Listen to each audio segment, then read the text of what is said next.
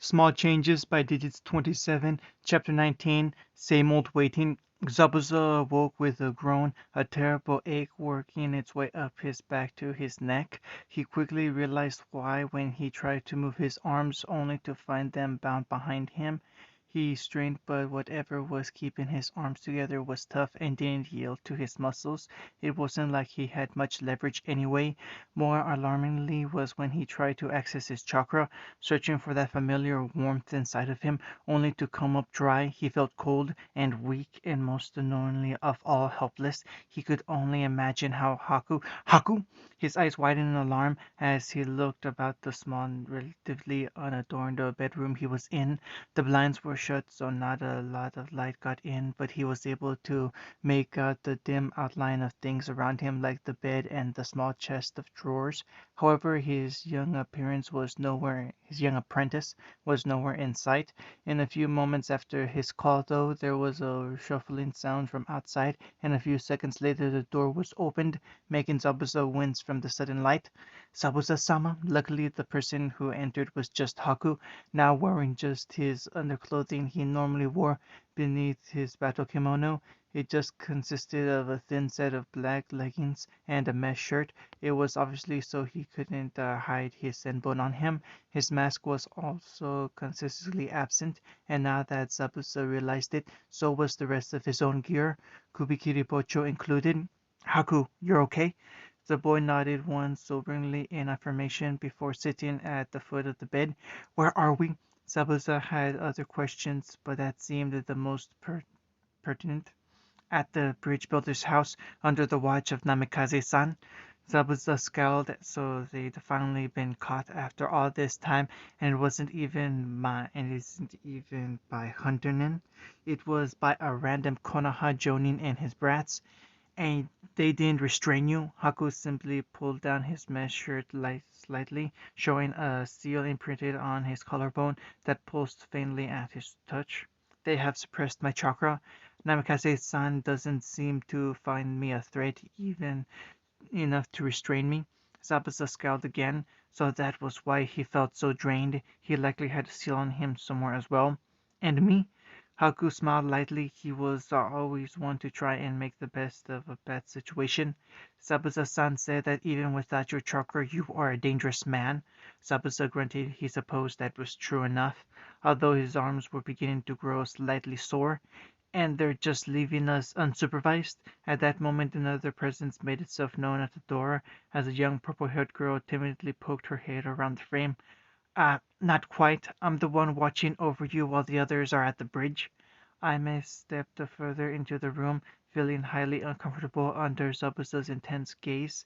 Finally the man just grunted before scooting back on the bed and leaning against the wall as comfortably as he was able. Great. I've been reduced to being babysat by a fresh getting barely out of diapers. His eyes narrowed as the cruel sneer spread across his features, quickly directing another gaze at the rather fidgety girl. You know, at your age, they called me the Demon of the Mist already. Do you want to know why? Ame clearly didn't look like she wanted to know. In fact, she looked like she desperately wanted to leave the room. However, she had to show strength here. She couldn't be scared by her prisoners, so she tentatively nodded. It's because in Kirigakure, our graduation exam is a little different to Konoha's. At this point, Haku was looking down and away from the conversation, his eyes slightly downcast. We have to really prove our mettle as shinobi, so at the end of our education, at the age of 10 years old, we're all paired up and forced to fight to the death. Ame blanched, feeling a little bile rise up in her stomach at the horrific thing she had just heard. Comrades, students that had grown up together, learned together, trained together, and ate together, was pitted against one another just like that. However, Zabuza just shrugged, leaning back more and looking up with that same cruel grin. I guess that would be bad enough, right? Except I took it a little further. When I graduated the academy, I was the only one out of my generation. He finally directed his gaze back down at the girl, his eyes seeming to have gained a chilling edge, because I slaughtered every last one of my classmates. Ame's eyes widened in surprise as she took a subsequent step back.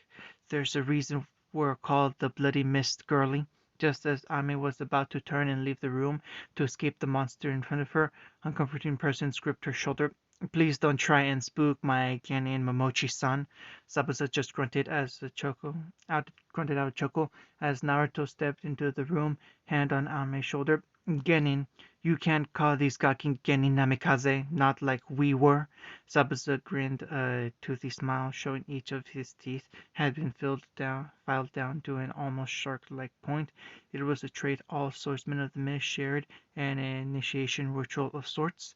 After all, you had a few nicknames of your own at their age, if I remember right. Naruto just smirked back at him with ease, completely unconcerned by the man's unsettling aura. I think there was the second Red Death. Ame looked up at her sensei in surprise, not expecting him to have such a brutal sounding name. Ooh, and the Crimson Flicker was one of my favorites. I never could get something cool like Shunshin Suishri, though. He spoke like he was talking about the weather. After all, they were just silly titles that he never really accepted or acknowledged, although it did amuse him that Itachi never got a nickname. But then, he was Itachi. He really need one. That's not what they call you now, though, is it? The amused hint to Zabuza's gruff voice wasn't missed by anyone, and for a moment Naruto's grip on Ame's shoulder tightened just slightly. Come on, Ame. I think Tsunami-san has dinner ready. We can bring Haku and Zabuza's up afterwards. The redhead quickly directed his getting out of the doorway and towards the stairs, only to pause at Zabuza's voice. I'll see you later then, bloody Flash. Naruto only amused for a moment before walking again, just Zabuza's brief chuckle following him down the stairs. Dinner was a rather quiet, awkward affair. Naruto chose to stick to his own thoughts while Ame seemed perturbed by what she had heard. Sasuke seemed content to brood on his own, only idly picking through his meal, and due to the quiet nature of the rest of his team, Sakura stayed silent as well.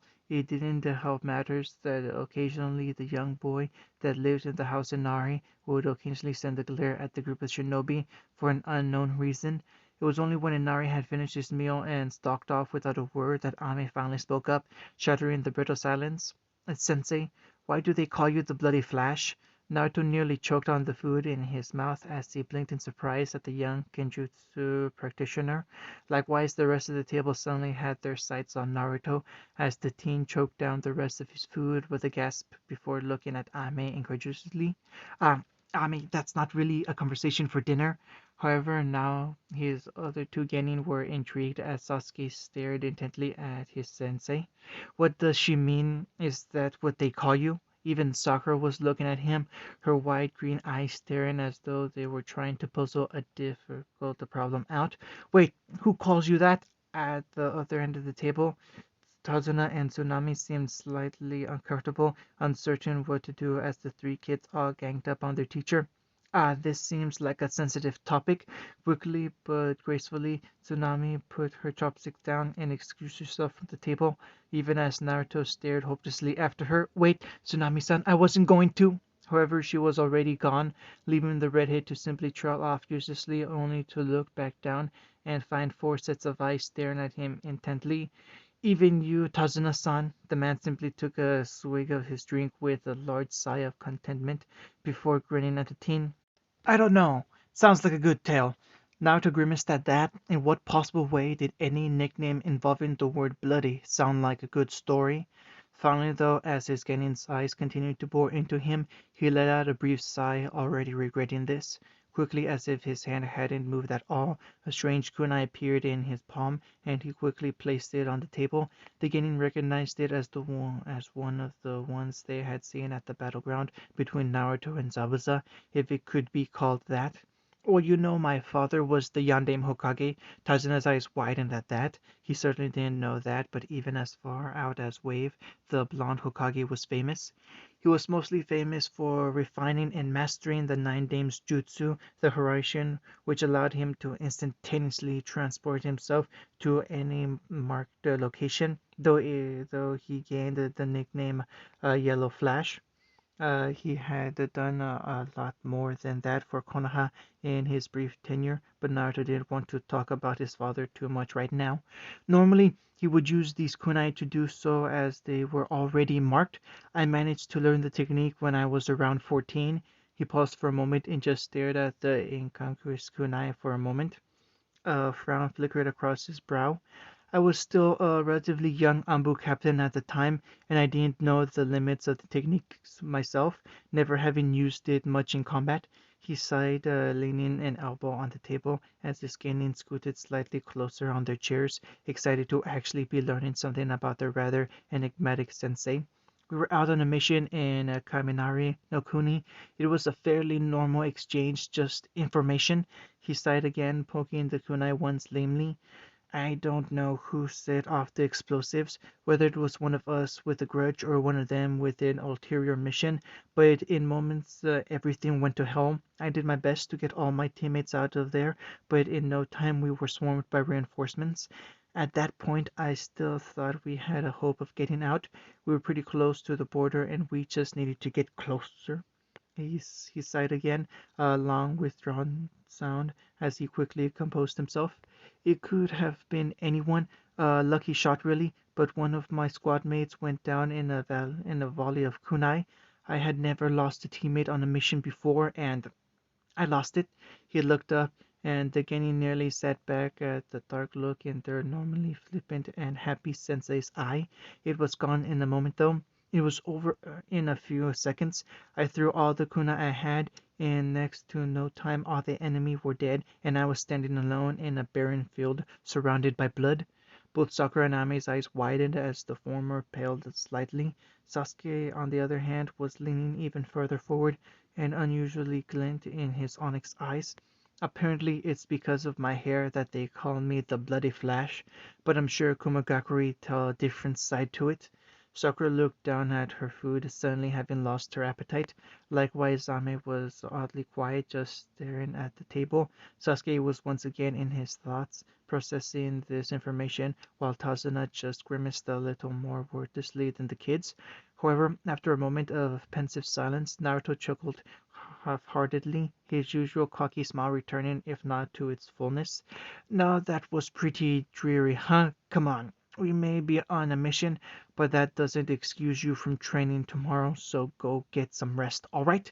And with that, Naruto pushed back his chair and quickly walked from the room. A moment later, and Sasuke walked out as well, quickly followed by Sakura and Tazuna. Ame walked the other way, feeling like she needed some air. However, as she walked out of the kitchen, she found Haku leaning against the wall, his head down and an indecipherable expression on his face. It's the harsh truth of the shinobi world, but eventually we are forced to face the fact we are killers, tools for a higher power. Ame wasn't sure if it was the generally gloomy attitude of the boy or some of the frustration at herself bubbling up, but at that moment the girl reached across and slapped the young Yuki. "What do you know, huh? You don't know Naruto-sensei. He may have killed, but it was to protect his friends, his comrades. He's not a tool. He's a human being, one of the nicest people I've ever known." She stormed off, slamming the front door as she left, leaving Haku standing in the hallway, eyes wide as he rubbed his stinging cheek. Right, well, I did say I'd teach you guys a new technique when we got our first C rank, didn't I? Naruto and his genin were outside a short distance from the house. It was still early, so Tazuna hadn't set out to the bridge yet. This way Naruto could teach them the basics of the technique and then supervise them as they went about their mission. Before him, each of his students had a different look. Sasuke was staring ahead with a cool smirk, excited at the chance of learning a no jutsu. Ame, oddly enough, seemed to have a flame lit behind her eyes, and her stance was confident and determined. Sakura seemed the most withdrawn of the three, which made a chance, but she still appeared excited. "Okay, this jutsu is a different one to learn, but its uses are innumerable. That's why it's taught to every new Ambu recruit." Naruto flashed through hand seals before sinking right into the ground, much to his genin's amazement. A moment later, and he slipped back up from the earth behind. them as if it were water and he were just swimming through it. It's called Earth Release, the Subterranean Voyage. As you can see, its uses include escapes, infiltration, trap lane, and surprise attacks, to name just a few. He grinned at the shocked but enthusiastic expressions on his students' faces before sobering his expression and pointing a warning finger at them. There are drawbacks though. The technique can only last as long as you can hold your breath, so while you're training and until you can perform it effortlessly, do not allow your heads to pass underneath. I'll be here to supervise, of course, but be careful all the same. After three quick nods from the keen students, he slowly showed the hand seals, watching them to make sure they got them right. The trick is to imagine your body simply slipping through the earth, just passing through the small gaps like a sieve. And just like that, he sat back in a tree and watched as they went at it. Rather unsurprisingly, with his prior ninjutsu knowledge, Sasuke was the first to make some progress, forcing his feet into the ground a few inches. However, once Sakura seemed to get the hang of it, she began wading around up to her knees in the earth, an amused and happy expression on her face at progressing so fast. Upon seeing the pink kid get so far, Sasuke seemed to double his efforts. His learning curve really was something else. On the other hand, Ame seemed to be really struggling, just barely getting the bottom half of her foot into the ground. After a few hours moving between the bridge and various clearings and occasional switching out with clones to scout around a bit, Naruto dropped down and approached the highly frustrated girl. For the last minute she had simply been stomping the ground trying to force her foot in. She stopped though when Naruto placed a hand on her head. You need to calm down. Getting frustrated will only ruin your concentration. Ame just looked down, her face filled with disappointment. It quickly turned to irritation though as Naruto playfully ruffled her hair. It's okay if you're struggling. You don't need to get it in a day. Ami simply huffed, her arms crossing over her chest in an adorable, pouty manner. Naruto just couldn't take his cute little student seriously. But Sasuke and Sakura are getting it so easily. Naruto grinned with a slight shrug. Some things come easier to others. It may just be that you have a water affinity, in which case Earth Ninjutsu will always be much harder to learn. Sasuke likely has a fire nature from his lineage, and from ease I suspect Sakura may have an Earth affinity. I may huffed again before allowing her arms to flop by her side uselessly, suddenly lacking the energy to be irritated. You're right, like always, Sensei. Naruto chuckled and rubbed the top of her head again before she could react. Trust me, Ame, it's not always something I like. Ame smiled her own small smile at that as Naruto began to walk off with a flippant wave. Don't worry, Naruto-sensei. I'll practice all night if I have to until I get it down. The redhead just grinned back at her as he returned to his spot in a nearby tree. That's the spirit. He looked ready to return to the scroll he was reading before adding almost as an afterthought one last thing. Oh, and thanks for sticking up for me last night. Those were some powerful words. I'm about to return to practicing, immediately flamed up with a blush so bright it nearly turned the roots of her hair red. However, she didn't dignify her sensei with a response, knowing he could only get more amusement from it. Although it took an annoyingly long time for the blood to leave her cheeks, why did her sensei have to be so embarrassing? After dinner that night, which involved a rather exuberant if not a depressing outburst from the household's youngest Inari, Ame immediately excused herself and moved to leave the house. She thought she could still get more training in despite her tired body and depleted chakra. However, as she walked out onto the porch, she once again passed the quiet Yuki, who simply looked up at her once before turning away to hide his features from her. Likewise, she averted her eyes, some red tinging her cheeks as she remembered how she slapped him last night. Now that she had calmed down, frustration and confusion was frustration, confusion not clouding her judgment. She felt incredibly embarrassed by what she had done. After all, at the time, the young boy seemed to be mostly talking to herself and hadn't said anything adversely rude. If anything, he seemed more saddened by his own words than she was. That was why, as she walked by, a few moments of tense silence passed before he looked up and she turned around at the same moment. I want to apologize. Sorry about yesterday. Both paused, realizing they were trying to talk over one another before Ame broke out into a small fit of giggles and Haku gave a tiny sheepish smile. Sorry about slapping you and everything. Haku simply nodded slowly as he slowly reset his features to his normal melancholic expression.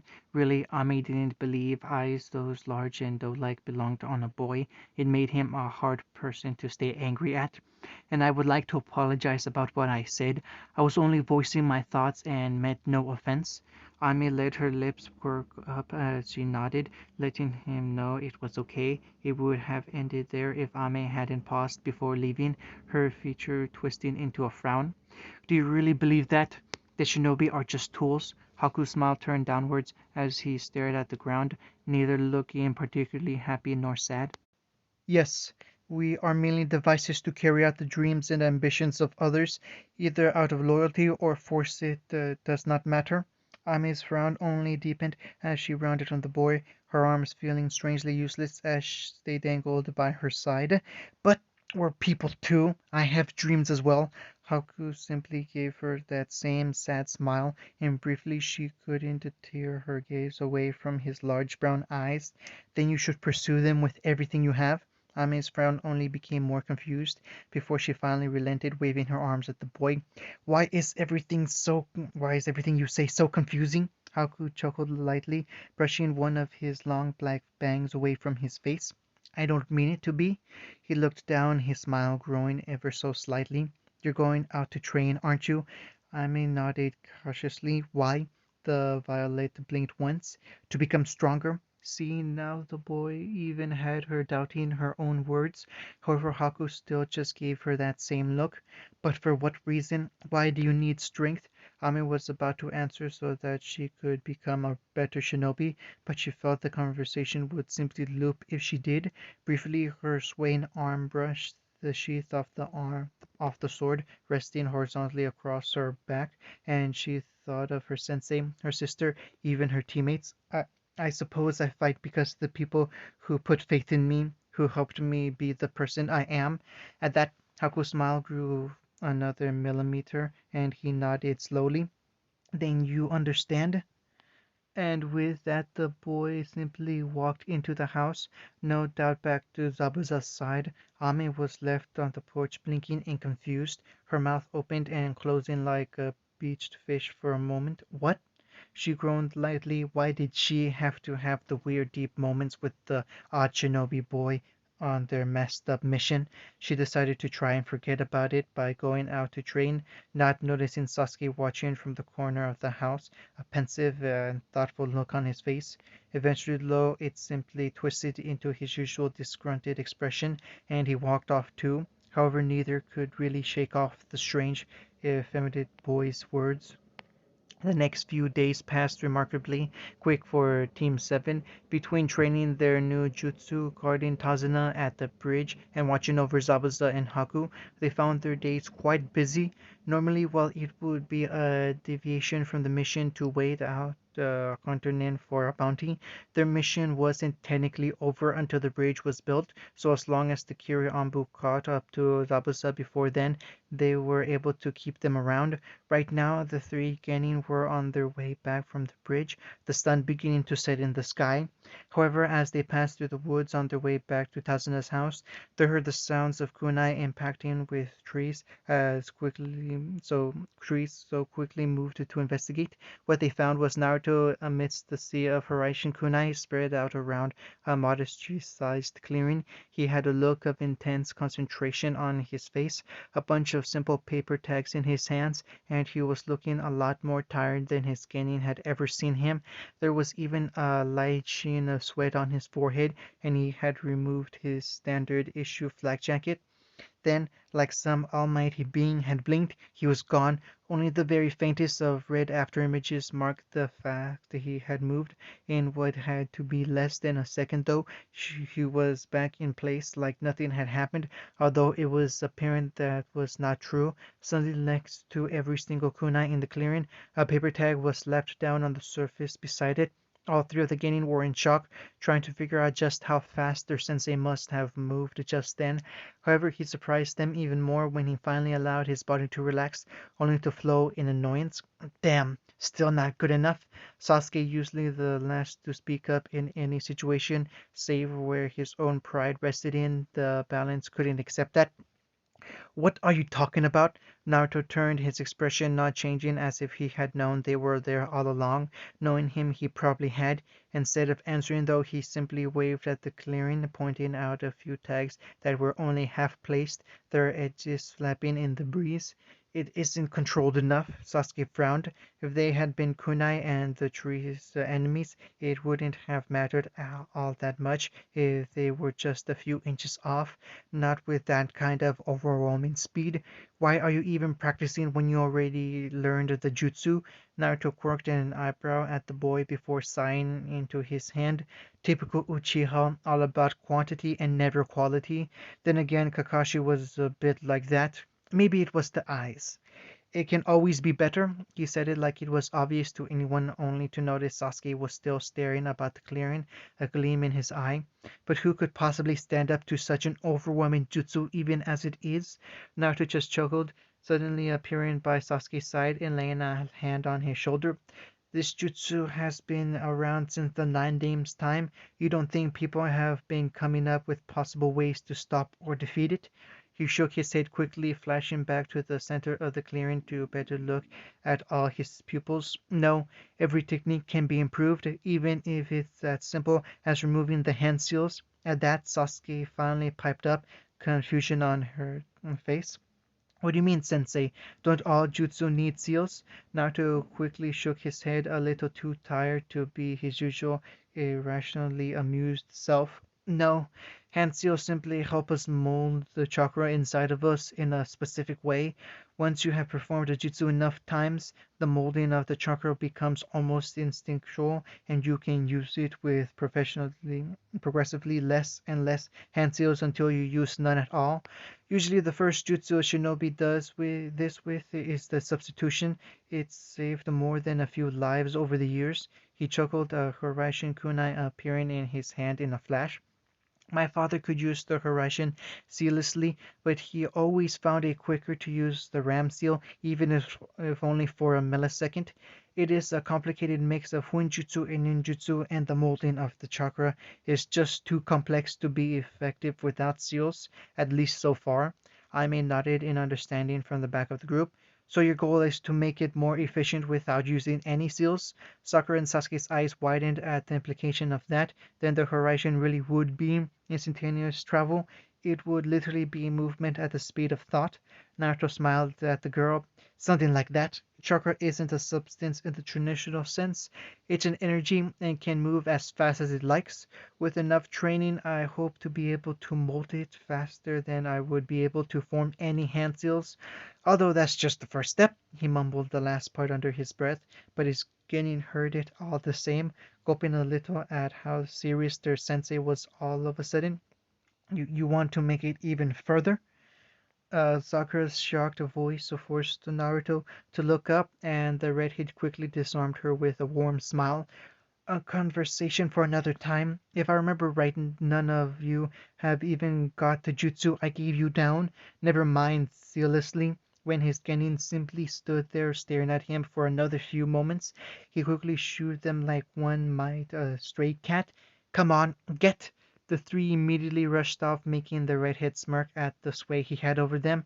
However, it slipped off his face as he looked back down at the kunai in hand.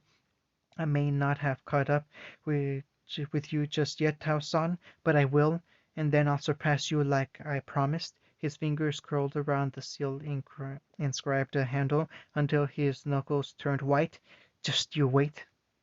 The days continued to pass with pace until finally almost a week had gone by and Team 7 found themselves lazing about on the bridge. It was a hot day despite the early morning mist, and none of them really felt like moving, save of course for Naruto, who was helping out the construction workers by moving massive crates of construction materials for them almost instantaneously. He had also offered to inscribe seals across the bridge to improve its durability, so it really would be a monument to last through the ages.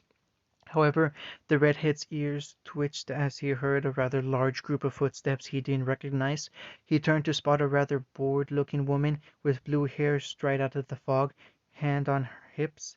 She looked to be alone, but he could feel the group of around 20 she had brought with her hiding further back in the mist. She caught sight of him quickly enough as he set down a large steel girder and smirked his way, her dark eyes meeting his violet ones.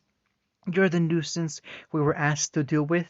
I'm actually a little disappointed. I had expected someone I would at least recognize from the bingo books." She sighed as brushing her nails distinguishedly.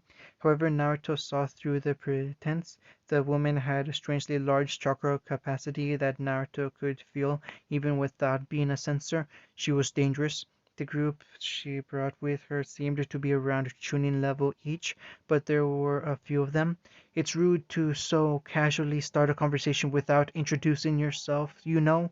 He tried to keep her busy for a moment as he suddenly signaled for Ame to go and get Haku from the house and tell him that he would let Zabuza go if he helped. He would get the Kirijonin too, but he didn't trust the man not to simply cut and run the moment he was free. "Oh, I suppose you're right, although there's no need to tell me yours.